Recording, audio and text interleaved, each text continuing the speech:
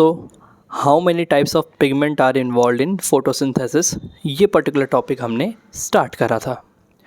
देखिए, अगर हम किसी भी प्लांट को ऑब्ज़र्व करते हैं तो हमें उसकी पत्तियां किस कलर की दिखाई देती हैं। होपफुली आप सब ने आंसर करा होगा ग्रीन। आप बिल्कुल सही हैं, बट ज़रा आप कई सारे प्लांट्स को देखिए। क्या आप सारे प्लांट को जब ऑब्ज़र्व करते हो तो क्या सारे प्लांट की पत्तियां आपको एक जैसी ग्रीन दिखाई देती हैं? बिल्कुल नहीं। आपको लगता होगा कि डिफरेंट शेड्स में है ग्रीन। किसी की लाइट ग्रीन है, कोई पत्ती डार्क ग्रीन है। और इवन अगर एक प्लांट की भी पत्ती अगर हम ऑब्ज़र्व करें तो आपने देखा होगा कि उसकी डॉर्सल साइड और उसके वेंट्रल साइड के ग्रीन में डिफरेंस होता है। तो क्वेश्चन ये अराइज करता है कि पत्ती के इस कलर के लिए, लीफ के इस ग्रीन कलर के लिए क्या कोई एक पिगमेंट इन्वॉल्व होता है या फिर कई सारे पिगमेंट इन्वॉल्व होते हैं? ये पता लगाने के लिए कि लीफ के अंदर एक पिगमेंट होता है या फिर एक से ज़्यादा पिगमेंट होते हैं, पेपर क्रोमेटोग्राफी टेक्निक का इस्तेमाल करा गया। और जब पेपर क्रोमेटोग्राफी टेक्निक का यूज़ करा गया तो हमने क्या देखा कि हमें कुल 4 पिगमेंट देखने को मिले। इसमें से पहला पिगमेंट है क्लोरोफिल ए, जो कि हमारा चीफ पिगमेंट है, हमारा मेन पिगमेंट है, हमारा यूनिवर्सल पिगमेंट है। आगे चल के आप सीखोगे कि चाहे वो ब्लू ग्रीन एल्गी साइनोबैक्टीरिया हो, चाहे वो रेड एल्गी हो, ग्रीन एल्गी हो, ब्राउन एल्गी हो, हायर प्लांट्स क्यों ना हो, चाहे वो टेरिडोफाइटा के मेंबर हो, जिम्नोस्पर्म के मेंबर हो, एंजियोस्पर्म के मेंबर हो, सबके पास क्लोरोफिल ए पाया जाता है। तो अगर कोई भी लिविंग ऑर्गेनिज्म फोटोसिंथेसिस कर रहा है तो क्लोरोफिल ए पिगमेंट उसमें ज़रूर होगा। तभी तो हमने वर्ड यूज़ करा यूनिवर्सल पिगमेंट का। ठीक है, बाकी 3 पिगमेंट्स कौन कौन से होते हैं, आइए उनके बारे में भी जान लेते हैं। क्लोरोफिल बी होता है, ज़ैंथोफिल होता है और कैरोटीनॉइड्स होते हैं। फिर से रिपीट करता हूँ, क्लोरोफिल ए जो कि हमारा चीफ पिगमेंट था, क्लोरोफिल बी, ज़ैंथोफिल और कैरोटीनॉइड ये हमारे एसेसरी पिगमेंट्स होते हैं। एसेसरी पिगमेंट क्यों बोला?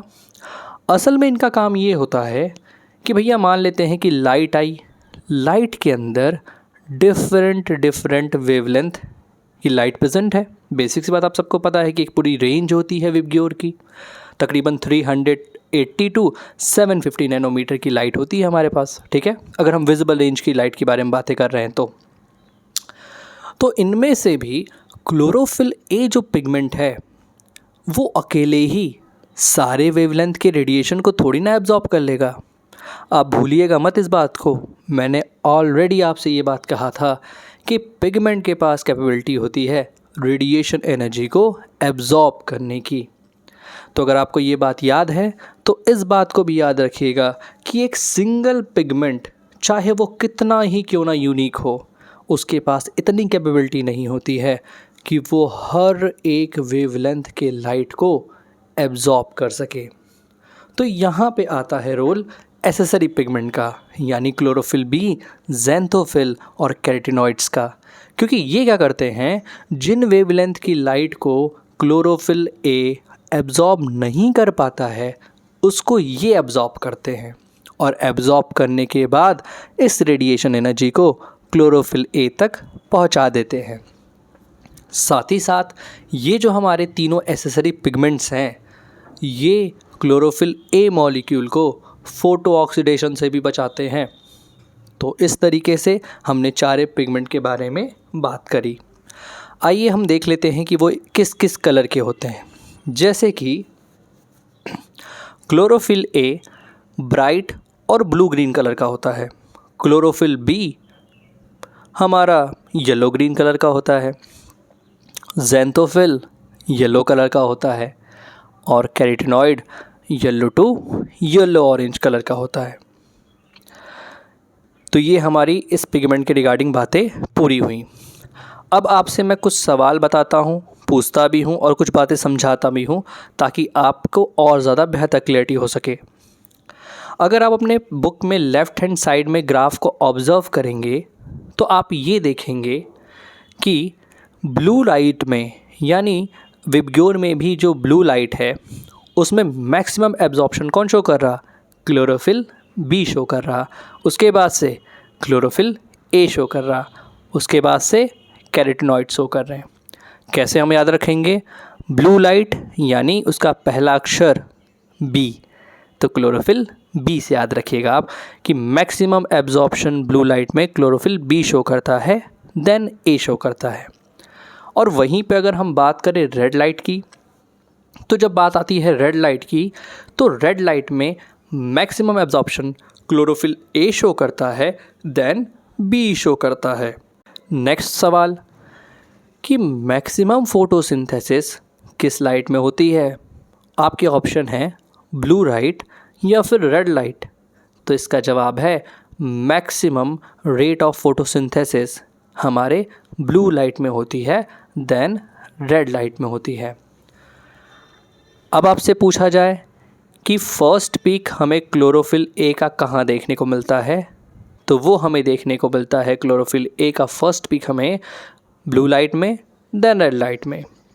आपसे क्वेश्चन अराइज करे कि क्लोरोफिल बी का फर्स्ट पीक कहाँ देखने को मिलता है, तो ब्लू लाइट में एंड देन रेड लाइट में। तो इस तरीके से हमने इस पार्ट को कंप्लीट करा। अब आपसे मैं कुछ सवाल पूछता हूँ, वो सवाल कुछ इस प्रकार से हैं। चलिए आप बताइए मुझे कि 4 पिगमेंट जो मैंने नाम लिए थे, जिनके नाम है क्लोरोफिल ए, बी, ज़ेंथोफिल, कैरोटीनॉइड्स, इनमें से हमारा चीफ पिगमेंट कौन सा होता है? होपफुली आप सभी ने क्लोरोफिल ए चुना होगा। तो ये बिल्कुल सही जवाब है। अब मैं आपसे कुछ सवाल पूछता हूँ कि बताइए एक्सेसरी पिगमेंट का काम क्या होता है। तो भैया 2 काम इसके, एक तो डिफरेंट वेवलेंथ की लाइट को एब्जॉर्ब करके इस एनर्जी को क्लोरोफिल ए तक पहुँचाना और साथ ही साथ क्लोरोफिल ए को फोटो ऑक्सीडेशन से भी बचाना। अगर इतनी बातें आपको समझ में आ गई हों तो फिर हम नेक्स्ट पार्ट पे मूव करते हैं, जो कि है जिसकी हेडिंग है what is light reaction. Already मैंने आपसे ये बात कही थी कि फ़ोटोसिंथेसिस को 2 पार्ट में बांटा गया है। एक होता है लाइट रिएक्शन और एक होता है dark reaction. Light reaction light dependent process होती है, यानी लाइट में होने वाली ये प्रोसेस होती है। और मैंने बोला था आपसे डार्क रिएक्शन का मतलब ये नहीं कि वो डार्क में हो रही है, वो तो कन्वेंशन है केवल कि हमने एक को लाइट बोला तो दूसरे को डार्क बोल दिया। असल में डार्क रिएक्शन जो होती है वो लाइट रिएक्शन के प्रोडक्ट पर निर्भर करती है। खैर, अब हम लाइट रिएक्शन को थोड़ा समझने की कोशिश करते हैं। अब आप मेरी बात को बड़ा ध्यान से सुनिएगा, क्योंकि लाइट रिएक्शन के बारे में मैं जो आपसे कहने वाला हूँ इतनी ही बात बहुत ज़्यादा इम्पॉर्टेंट है और ये आपके एग्ज़ाम में पूछी जाती है, चाहे वो नीट का एग्ज़ाम हो, चाहे वो आपके बोर्ड्स का पेपर ही क्यों ना हो। तो ज़रा इस बात पे ध्यान दीजिएगा, ये आपके पेपर में ज़रूर आएगा। वो ये है लाइट रिएक्शन, जिसे हम फोटोकेमिकल रिएक्शन के भी नाम से बुलाते हैं, इसमें क्या क्या होता है। तो आइए हम सीक्वेंस में चीज़ों को याद रखते हैं। सबसे पहले लाइट एनर्जी को एब्जॉर्ब किया जाता है, यानी जो सूरज की किरणें होती हैं, जो रेडिएशन एनर्जी है, उसको जो पिगमेंट्स होते हैं वो एब्जॉर्ब करते हैं। फिर क्या होता है? फिर जो वाटर मॉलिक्यूल होता है उसकी फोटोलिसिस होती है, यानी लाइट के प्रेजेंस में उसका ब्रेक डाउन होता है। फोटो मतलब होता है लाइट और लिसिस मतलब होता है ब्रेक डाउन, यानी वाटर की फोटोलिसिस होती है, लाइट के प्रेजेंस में पानी का टूटना। और जब वाटर मॉलिक्यूल टूटता है तो क्या देता है? वो ऑक्सीजन गैस को लिबरेट करता है, वो प्रोटॉन देता है और एनर्जेटिक इलेक्ट्रॉन देता है, क्योंकि रेडिएशन एनर्जी को इस इलेक्ट्रॉन ने ही तो गेन करा है। तो मैं फिर से रिपीट करता हूँ, पहला काम हुआ लाइट एनर्जी को एब्जॉर्ब करना, दूसरा काम हुआ पानी का ब्रेक डाउन होना, तीसरा काम हुआ ऑक्सीजन का लिबरेशन होना। अब देखिए, चौथा काम क्या होगा, ये जो एनर्जेटिक इलेक्ट्रॉन निकला है पानी के टूटने की वजह से, इसको इलेक्ट्रॉन ट्रांसपोर्ट सिस्टम में दौड़ाया जाएगा। और जब ये दौड़ेगा इलेक्ट्रॉन ट्रांसपोर्ट सिस्टम में ये इलेक्ट्रॉन, तो एनर्जी रिलेटेड कंपाउंड ATP और NADPH2 की सिंथेसिस होगी। आपके बुक में NADPH लिखा होगा, बट आप NADPH2 भी इसको कह सकते हैं। अब आप सोच रहे होंगे कि हमने प्रोटॉन की तो बात करी ही नहीं। असल में प्रोटॉन के बारे में हम आगे चल के बात करेंगे, क्योंकि प्रोटॉन से हम बनाएंगे प्रोटॉन का ग्रेडियंट। प्रोटॉन तो समझ में आता होगा आप सभी को, प्रोटॉन यानी H+ और ग्रेडियंट यानी डिफरेंस। जैसे कि मान लेते हैं कि एक रूम में 10 लोग हैं और एक रूम में 5 लोग हैं, तो एक डिफरेंस है कि नहीं नंबर में, एक तरफ 10 और एक तरफ 5। उसी तरीके से प्रोटॉन ग्रेडियंट का मतलब होता है कि जब दो तरफ प्रोटॉन के कंसंट्रेशन में डिफरेंस हो। तो मैं फिर से रिपीट करता हूँ, लाइट रिएक्शन में क्या हुआ, लाइट एनर्जी को एब्जॉर्ब किया, पानी की स्प्लिटिंग कराई, ऑक्सीजन का लिब्रेशन हुआ क्लोरोप्लास्ट से, उसके बाद से इलेक्ट्रॉन ट्रांसपोर्ट सिस्टम में रन करे, जिससे कि एनर्जी रिलेटेड कंपाउंड ATP और NADPH2 की सिंथेसिस हुई। और जब प्रोटॉन ग्रेडियंट ब्रेक होता है तो भी ATP ही बनता है। तो इतनी सी बात आपको याद रखनी है। अब ये जो हमारा लाइट रिएक्शन होता है, इसमें 2 फोटो सिस्टम इन्वॉल्व होते हैं। फोटो सिस्टम, असल में 2 फोटो सिस्टम इन्वॉल्व होते हैं। एक होता है फोटो सिस्टम 1 और एक होता है फोटो सिस्टम 2। कोई भी फोटो सिस्टम 2 पार्ट से मिलकर बना होता है। एक होता है रिएक्शन सेंटर और दूसरा होता है light harvesting complex. Light harvesting complex को एक और नाम से बुलाते हैं, जो कि है एंटीना। क्या है, एंटीना या फिर एंटीनी आप कह देते हो। मैं फिर से रिपीट करता हूँ, फोटो सिस्टम 2 पार्ट से मिलकर बना होता है। एक होता है रिएक्शन सेंटर और एक होता है लाइट हार्वेस्टिंग कॉम्प्लेक्स, जिसे हम एंटीना या एंटीनी कहते हैं। अब फोटो सिस्टम 2 हैं, एक होता है फोटो सिस्टम 1 और एक होता है फोटो सिस्टम 2। देखिए इनके जो नाम है 1 और 2, ये इस बेसिस पे बिल्कुल ही नहीं है कि पहले PS1 काम करेगा फिर PS2 काम करेगा, बल्कि इनके जो नाम पड़े हैं 1 और 2, ये इनके डिस्कवरी के बेसिस पे पड़े हैं। यानी जो डिस्कवर पहले हो गया उसको 1 बोल दिया गया, जो डिस्कवर बाद में हुआ उसको 2 बोल दिया गया। तो इस तरीके से इनके नाम 1 और 2 पड़े। तो होपफुली अभी तक आपको ये याद हो गया होगा कि कोई भी फोटो सिस्टम कितने पार्ट से मिलकर बना होता है। तो आप इसका आंसर करें तो ज़रा।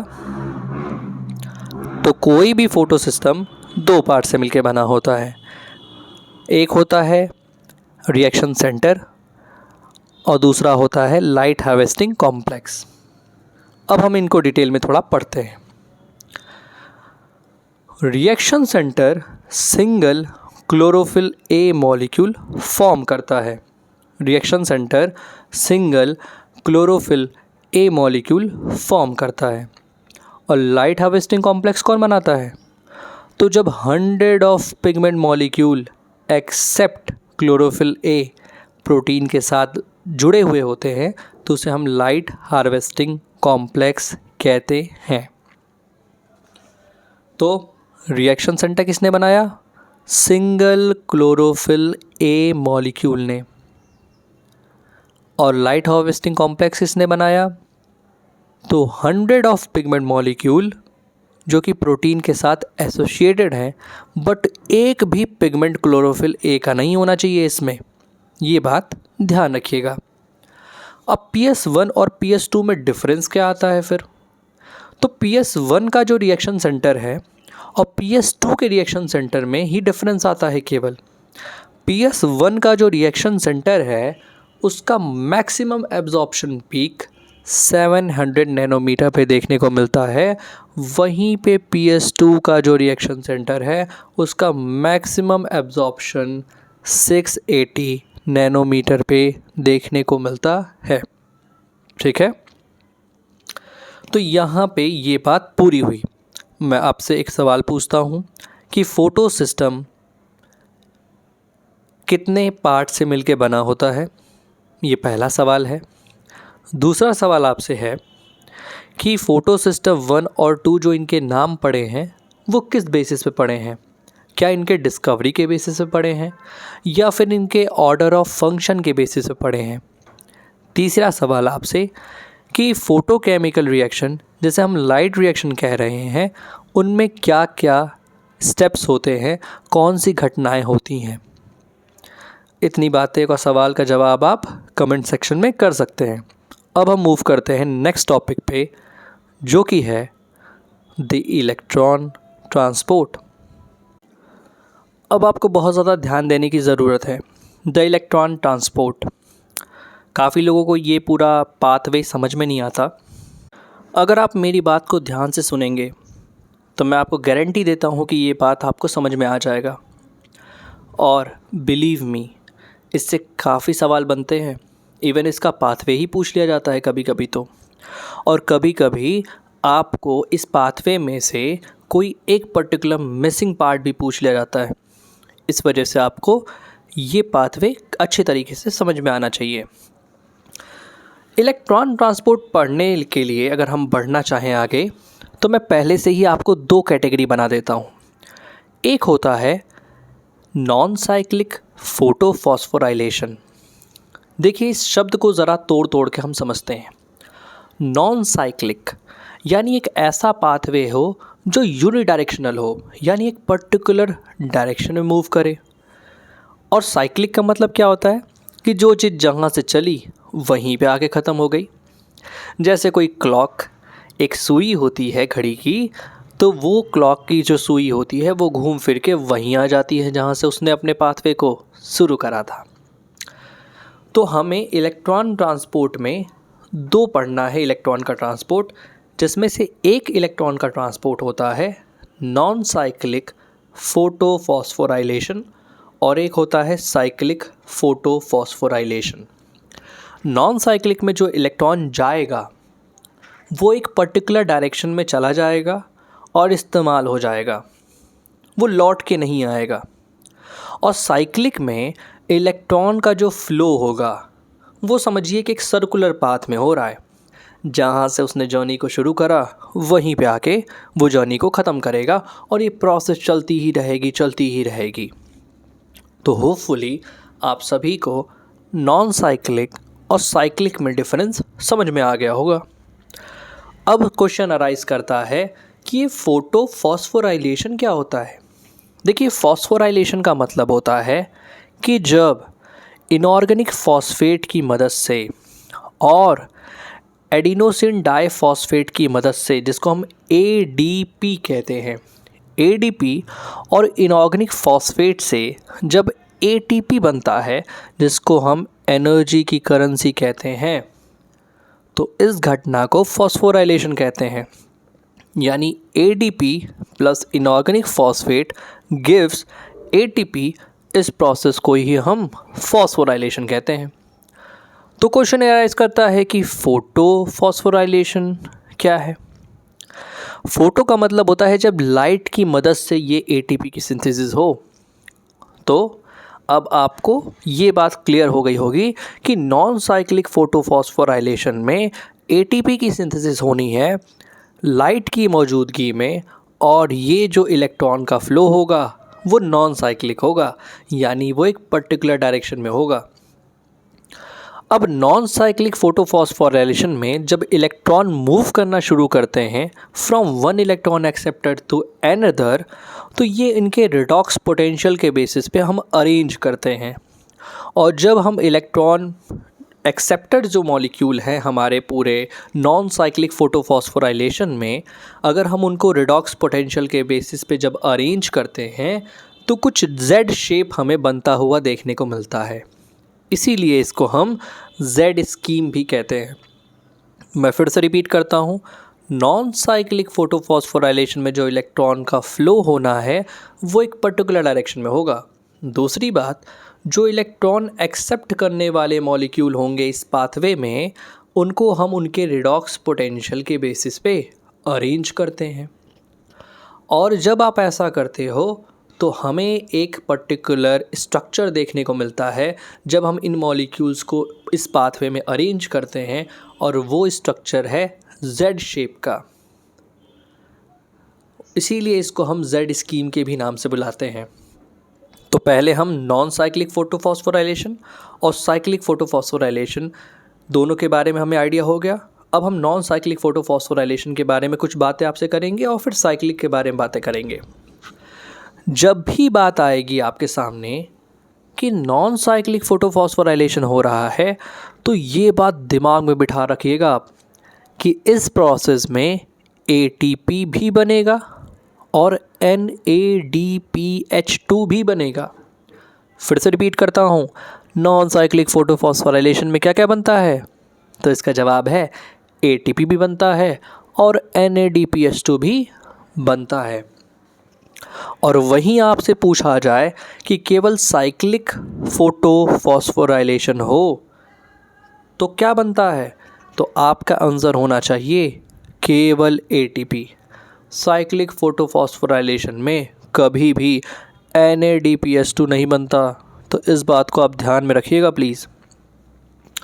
तो नॉन साइक्लिक में ATP भी बना और NADPH2 भी बना, और साइक्लिक में केवल ATP बनता है।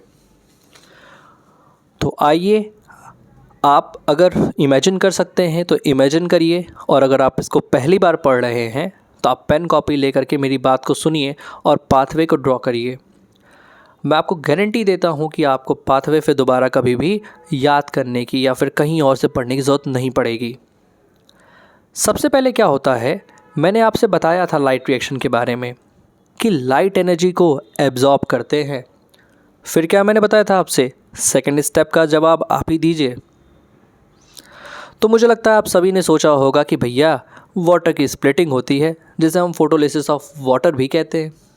बिल्कुल सही, पानी का मॉलिक्यूल टूटता है लाइट की प्रेजेंस में, और जब वो टूटता है तो आप सभी को पता है कि ऑक्सीजन रिलीज़ होता है, जिसको हम सांस लेते हैं।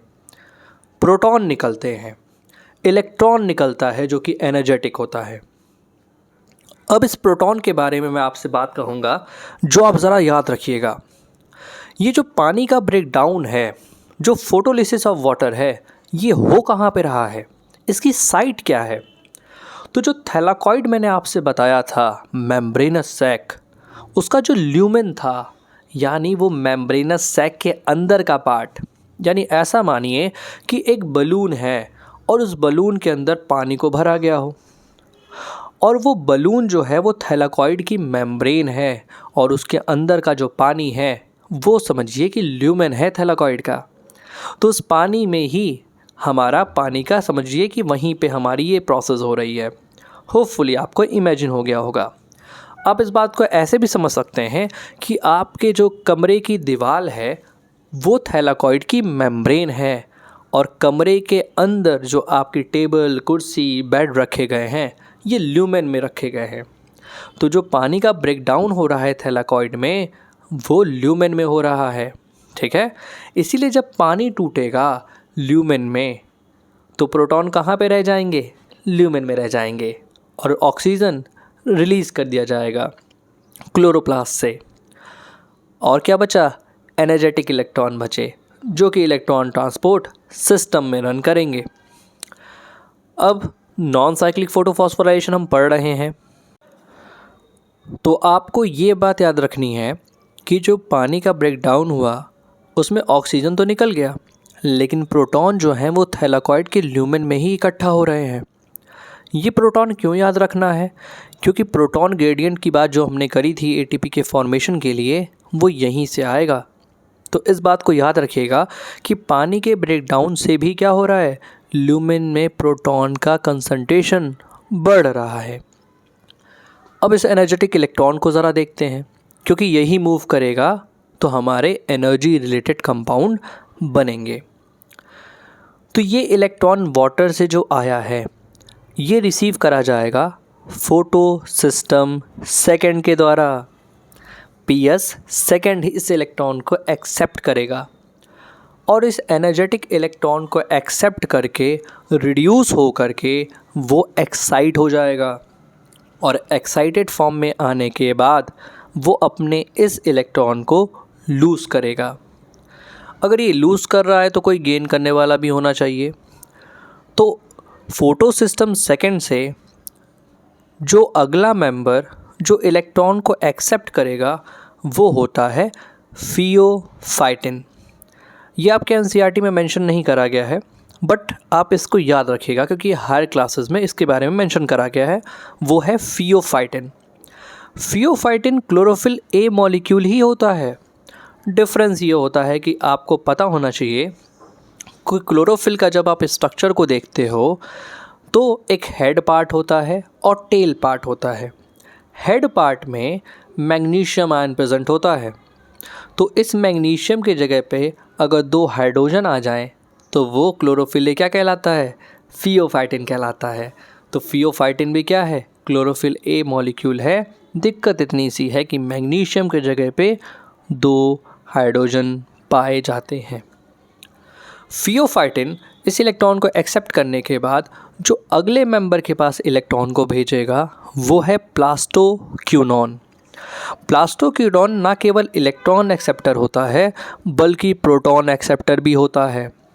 प्लास्टोक्यूनॉन ये कीटोन है, ऑन लगा है लास्ट में। और आपको पता होना चाहिए कि जब भी एल्डिहाइड या कोई कीटोन रिड्यूस होता है तो क्या बनता है? आप सब ने ऑर्गेनिक केमिस्ट्री पढ़ी होगी, एल्कोहल बनता है।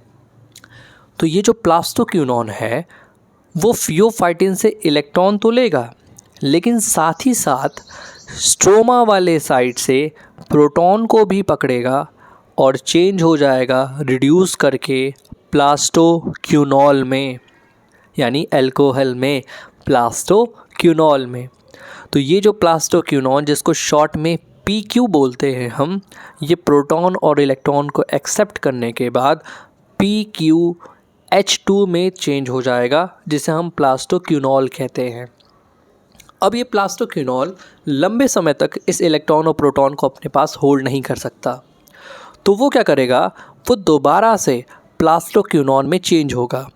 और जब वो प्लास्टोक्यूनॉन में चेंज होगा तो ऐसे केस में वो अपने इस प्रोटॉन को थैलाकॉइड के ल्यूमेन में ही छोड़ देगा और अपने इस इलेक्ट्रॉन को आगे साइटोक्रोम B6 और F के पास कर देगा। तो मैंने क्या कहा आपसे कि प्लास्टोक्यूनॉल से प्लास्टोक्यूनॉन में दोबारा चेंज हुआ, इलेक्ट्रॉन को पास कर दिया साइटोक्रोम B6 एंड F के पास, और प्रोटॉन चले गए ल्यूमेन में इकट्ठा हो गए। तो अगर मैं आपसे पूछूं कि ल्यूमेन में प्रोटॉन बढ़ने के क्या क्या कारण हैं, तो आप कहोगे कि एक तो सर पानी का जब ब्रेकडाउन हुआ तो उससे प्रोटॉन आ गए ल्यूमेन में। दूसरा, जब ये प्लास्टोक्यूनॉन में चेंज हुआ तो इसने भी प्रोटॉन को कहाँ पे रिलीज़ कर दिया? हमारे ल्यूमेन वाले साइट में। और अगर मैं पूछूं कि स्टोमा में प्रोटॉन कम होने के क्या रीज़न है, तो एक तो रीज़न ये है कि जब प्लास्टोक्यूनॉन से प्लास्टोक्यूनॉल बना तो ये प्रोटॉन कहाँ से इस्तेमाल किया गया था? स्टोमा वाले साइट से। ठीक है, चलिए अब हम आगे बढ़ते हैं। साइटोक्रोम B6 एंड F इस इलेक्ट्रॉन को एक्सेप्ट करने के बाद इस इलेक्ट्रॉन को नेक्स्ट मेंबर के पास कर देते हैं, जिसको कहते हैं प्लास्टोसाइनिन, जिसको हम शॉर्ट में PC बुलाएंगे। प्लास्टोसाइनिन के पास कर देते हैं। प्लास्टोसाइनिन जो होता है वो कॉपर कंटेनिंग प्रोटीन होता है। ठीक है, प्लास्टोसाइनिन इस इलेक्ट्रॉन को एक्सेप्ट करने के बाद अब इस इलेक्ट्रॉन को पास करेगा फोटो सिस्टम 1 के पास। फोटो सिस्टम 1 के पास ये इलेक्ट्रॉन आया और आने के बाद फोटो सिस्टम 1 हमारा एक्साइट कर गया। एक्साइट होने के बाद अब कुछ बीच में नए मेंबर्स आएंगे हमारे।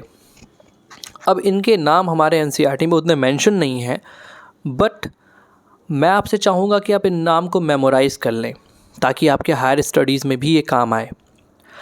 तो फोटो सिस्टम 1 से इलेक्ट्रॉन आगे बढ़ता है ए नॉट के पास, यानी ए के नीचे 0 लिखा हो तो उसे हम ए नॉट पढ़ते हैं।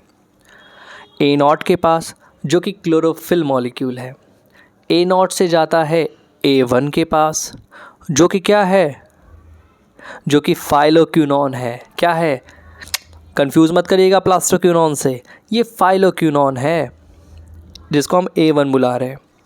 A1 से पास होता है ये आयरन सल्फ़र का प्रोटीन से, iron sulphur X, iron sulphur A और आयरन सल्फ़र B, यानी आयरन सल्फ़र के कॉम्प्लेक्स होते हैं जिनको हम X, A और B बुला रहे हैं। तो A नॉट से A1, A1 से iron sulphur complex X, iron sulphur complex A, उसके बाद से आयरन सल्फ़र कॉम्प्लेक्स B के पास गया। इसके बाद से ये इलेक्ट्रॉन ट्रांसफ़र होता है फेरोडॉक्सिन के पास, जिसको हम शॉर्ट में FD के नाम से बुलाते हैं। फेरोडॉक्सिन के बाद ये इलेक्ट्रॉन पास होता है FNR के पास, जिसका पूरा नाम होता है फ्लेवोप्रोटीन फेरोडॉक्सिन NADP रिडक्टेज। कितना बड़ा नाम है ना, फ्लेवोप्रोटीन फेरोडॉक्सिन NADP रिडक्टेज। आपके NCERT में फेरोडॉक्सिन NADP रिडक्टेज या फिर NADP रिडक्टेज के नाम से उसने मेंशन करा है, बट इसका पूरा नाम होता है फ्लेवोप्रोटीन फेरोडॉक्सिन NADP रिडक्टेज। ये पर्टिकुलर एंजाइम क्या करता है कि ये इस इलेक्ट्रॉन को ट्रांसफ़र करवा देता है NADP पॉजिटिव के पास। अब ये जो NADP पॉजिटिव है वो इस इलेक्ट्रॉन को गेन करता है, स्ट्रोमा वाले साइड से प्रोटॉन को गेन करता है और फॉर्म कर देता है NADPH2। क्या बात आपको क्लियर हुई? तो NADPH2 कहाँ से बनता है ये आपने देखा कि कैसे हम Z स्कीम में इलेक्ट्रॉन को पास कराते गए और लास्ट में जो finally electron acceptor NADP positive है, इसने इस इलेक्ट्रॉन को पकड़ा, स्टोमा वाले साइड से प्रोटॉन को पकड़ा और NADPH2 फॉर्म कर दिया। मैं Z स्कीम को दोबारा एक बार रिपीट करता हूँ कि पाथवे में हम चले कैसे, ताकि आपको ये याद रहे। सबसे पहले पानी की स्प्लिटिंग हुई, ऑक्सीजन रिलीज़ हुआ, इलेक्ट्रॉन हमारे ETS में मूव करे, प्रोटॉन हमारे ल्यूमेन में इकट्ठा हो गए, पानी वाले प्रोटॉन। इलेक्ट्रॉन को सबसे पहले एक्सेप्ट करा किसने, फोटोसिस्टम 2 ने, वो एक्साइट हुआ, उसने इलेक्ट्रॉन को पास किया फियोफाइटिन को, फियोफाइटिन से प्लास्टोक्विनोन के पास, प्लास्टोक्विनोन ने प्रोटॉन को पकड़ा स्टोमा वाले साइड से, इलेक्ट्रॉन को पकड़ा और प्लास्टोक्विनोल में चेंज हो गया। प्लास्टोक्विनोल दोबारा से प्लास्टोक्विनोन में चेंज हुआ, प्रोटॉन को उसने ल्यूमेन में छोड़ा थैलाकॉइड के, इलेक्ट्रॉन को आगे पास करा साइटोक्रोम B6 एंड F के पास। साइटोक्रोम B6 एंड F के बाद से ये इलेक्ट्रॉन पास हुआ प्लास्टोसाइनिन के पास, प्लास्टोसाइनिन से ये इलेक्ट्रॉन पास हुआ फोटोसिस्टम 1 के पास। फोटोसिस्टम 1 एक्साइट होने के बाद उसने इलेक्ट्रॉन को पास किया A नॉट के पास जो कि क्लोरोफिल मॉलिक्यूल है, उसने पास किया A1 के पास जो कि फाइलोक्विनोन है, उसने पास किया आयरन सल्फर कॉम्प्लेक्स X के पास, उसने पास किया आयरन सल्फर कॉम्प्लेक्स A के पास, उसने पास किया आयरन सल्फर कॉम्प्लेक्स B के पास, और वहाँ से इलेक्ट्रॉन मूव किया फेरोडॉक्सिन के पास जिसको हम शॉर्ट में FD बुला रहे हैं। फेरोडॉक्सिन ने पास किया फ्लेवोप्रोटीन फेरोडॉक्सिन NADP रिडक्टेज जिसको शॉर्ट में हम FNR बुलाते हैं, और जो कि इलेक्ट्रॉन को दे देगा हमारे लास्ट इलेक्ट्रॉन प्रोटॉन एक्सेप्टर को जो कि है NADP पॉजिटिव, और वो चेंज हो जाएगा NADPH2 में। अब यहीं पे आपको जो बात याद रखनी है वो ये याद रखनी है कि इस Z स्कीम के दौरान ना ही केवल NADPH2 बना, बल्कि अगर आप ध्यान से देखिए तो हमने प्रोटॉन ग्रेडियंट भी तो तैयार कर लिया। थैलाकॉइड के ल्यूमेन में प्रोटॉन और स्टोमा में प्रोटॉन का कंसंट्रेशन में डिफरेंस तो आया कि नहीं आया? अगर आप ध्यान से देखिए तो मैंने कहा था कि जब पानी का ब्रेकडाउन होगा तो प्रोटॉन कहाँ पे रहेंगे? ल्यूमेन में। फिर जब प्लास्टोक्विनोल से प्लास्टोक्विनोन बना तो प्रोटॉन कहाँ पे आ गए? ल्यूमेन में। और कम कहाँ से हुए थे? स्टोमा से। तीसरा, जब NADPH2 बना तो प्रोटॉन कहाँ से आए? स्टोमा से आए। तो ये कुछ रीज़न है जिसकी वजह से थैलाकॉइड के ल्यूमेन में प्रोटॉन की कंसंट्रेशन ज़्यादा होती है और स्टोमा में प्रोटॉन की कंसंट्रेशन कम होती है। और जब ये कंसंट्रेशन डिफरेंस आता है तो इसी कंसंट्रेशन डिफरेंस को जब हम ब्रेक करते हैं, यानी थैलाकॉइड की ल्यूमेन से अगर हम प्रोटॉन को स्टोमा में पास करते हैं तो एटीपी का जनरेशन होता है। इसी वजह से मैंने आपसे बोला था कि नॉन साइक्लिक फोटोफॉस्फोराइलेशन में एटीपी के साथ साथ NADPH2 भी बनता है। तो हमने NADPH2 का फॉर्मेशन तो देख लिया था, एटीपी का फॉर्मेशन यहाँ से हो जाएगा। तो होपफुली आपने समझा कि प्रोटॉन ग्रेडियंट को जब हम ब्रेक करेंगे तो एटीपी का फॉर्मेशन होगा।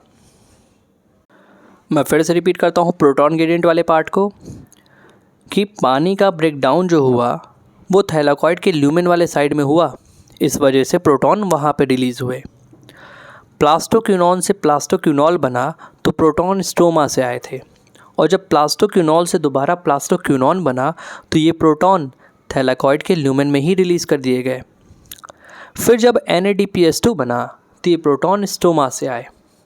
तो अगर मैं आपसे पूछूं कि ल्यूमेन में प्रोटॉन बढ़ने के क्या रीज़न है, तो इसके दो रीज़न है। पानी के स्प्लिटिंग से प्रोटॉन आए और प्लास्टोक्विनोल से प्लास्टोक्विनोन बना तो प्रोटॉन आए। मैं आपसे पूछूं स्टोमा में प्रोटॉन घटने के क्या रीज़न है, तो दो रीज़न है। एक तो जब प्लास्टोक्विनोन से प्लास्टोक्विनोल बना तो प्रोटॉन आए, दूसरा जब NADP पॉजिटिव से NADPH2 बना तो प्रोटॉन आए। तो कुल यही हमारे 3 कारण होते हैं, दो इसके, क्योंकि एक जो रीज़न है प्लास्टोक्विनोन से प्लास्टोक्विनोल वाला, ये दोनों के लिए कॉमन है। तो कुल 3 रीज़न हमारे पास निकल के आए जिसकी वजह से दोनों के बीच में कंसंट्रेशन का डिफरेंस आता है प्रोटॉन के। और जब हम इसी प्रोटॉन ग्रेडियंट को ब्रेक करते हैं तो एटीपी की सिंथेसिस होती है। अगर आपने इतनी बातें समझ ली तो मैं आपसे एक क्वेश्चन पूछता हूँ और मैं उम्मीद करता हूँ कि आपको इसका जवाब पता होगा। क्वेश्चन है कि जब आपको पता है कि नॉन साइक्लिक फोटोफॉस्फोराइलेशन में जो इलेक्ट्रॉन मूव करा वो ख़त्म हो गया, तो दूसरा इलेक्ट्रॉन कहाँ से आएगा अगर मुझे दोबारा से Z स्कीम शुरू करनी हो, क्योंकि बेसिक सी बात है, फोटोसिंथेसिस डेली होने वाली घटना है। तो अगर मुझे इलेक्ट्रॉन की फिर से ज़रूरत हुई तो कहाँ से आएगा इलेक्ट्रॉन? मैं आपको 3 सेकंड का टाइम देता हूँ, ज़रा सोचिए आप इसको।